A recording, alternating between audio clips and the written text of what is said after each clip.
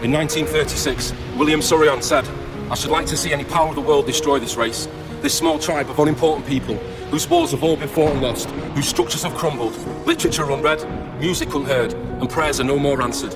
Go ahead, destroy Armenia. See if you can do it. Send them into the desert without bread or water, and burn their homes and churches. And then see if they will not laugh, sing and pray again. For when two of them meet anywhere in the world, see if they will not create a new Armenia. There's no denying that there's evil in this world, but the light will always conquer the darkness. And I know that faith in God will not calm the storms of life, but it will calm my heart. As I develop faith into my life, I find that God supplies me with the strength and guidance that I need. My faith will shelter me, because I believe.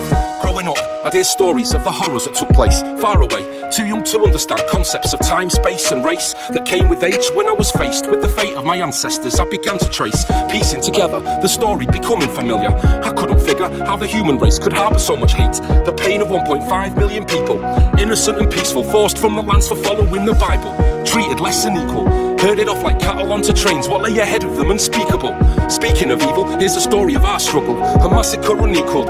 Generations marched to the desert, the idea was genocide, to erase them from time, only a few survived. How could man be so evil, to formulate and orchestrate such a despicable crime? The extermination of a nation at the cradle of civilization, brazen in its devastation, wiped out the population.